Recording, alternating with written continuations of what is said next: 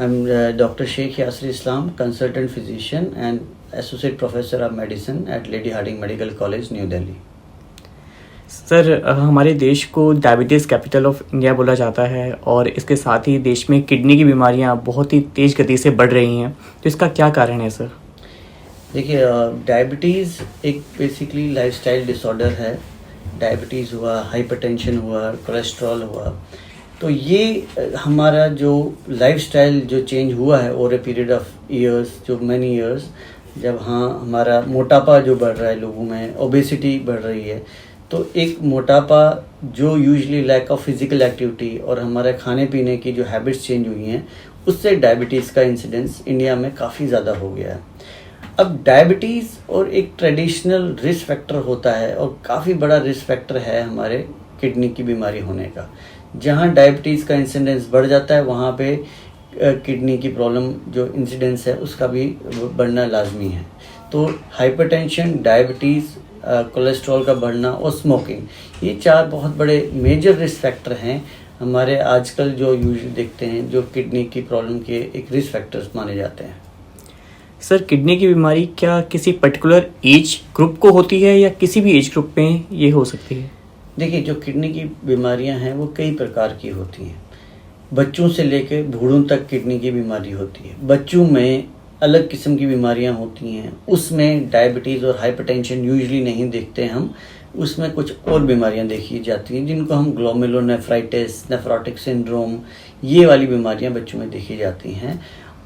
जो एडल्टहुड में है उसमें थोड़ी डिफरेंट किस्म की बीमारियां पाई जाती हैं, और एल्डरली में जो 60-65 साल के ऊपर हैं उनमें किडनी की प्रॉब्लम की वजह कोई और पाई जाती है.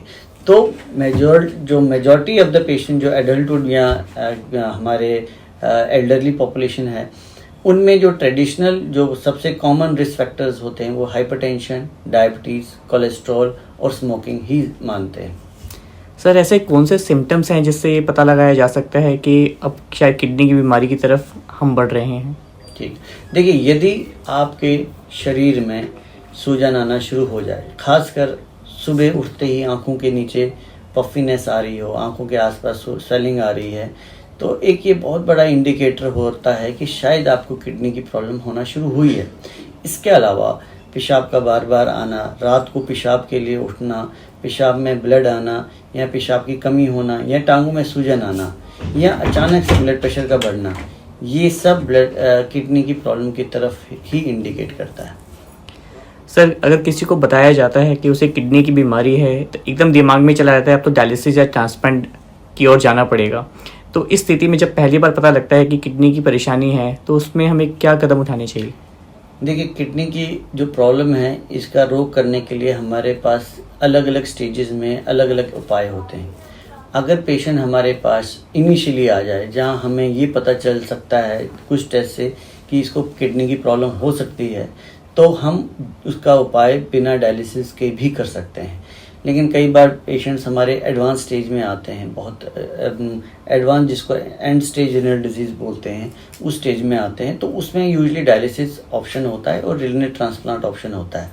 लेकिन अगर अर्ली स्टेज में आए जहाँ पे हम उसका किडनी को बचा सकते हैं रिस्क फैक्टर्स को कंट्रोल करके, तो डायलिसिस के बिना भी यूजुअली किडनी ठीक हो जाती है. और कुछ ऐसी बीमारियां हैं जो हम अगर टाइमली डायग्नोस करें और वो डायग्नोसिस होके बिल्कुल किडनी की प्रॉब्लम होती ही नहीं है और पेशेंट बिल्कुल ठीक हो जाता है. Thank you so much sir आपकी इतनी महत्वपूर्ण जानकारी देने के लिए. अगर आपसे कॉन्टैक्ट करना चाहें तो किस तरह से किया जा सकता है? देखिए, मैं अवेलेबल हूँ लेडी हार्डिंग मेडिकल कॉलेज में, मेडिसिन डिपार्टमेंट में. मेरी ओपीडी मंडे और थर्सडे होती है. तो हमारी जनरल ओपीडी भी लगती है और स्पेशल नेफ्रो ओपीडी भी होती है हमारे यहाँ. तो आगे हमसे संपर्क कर सकते हैं. बहुत बहुत शुक्रिया सर.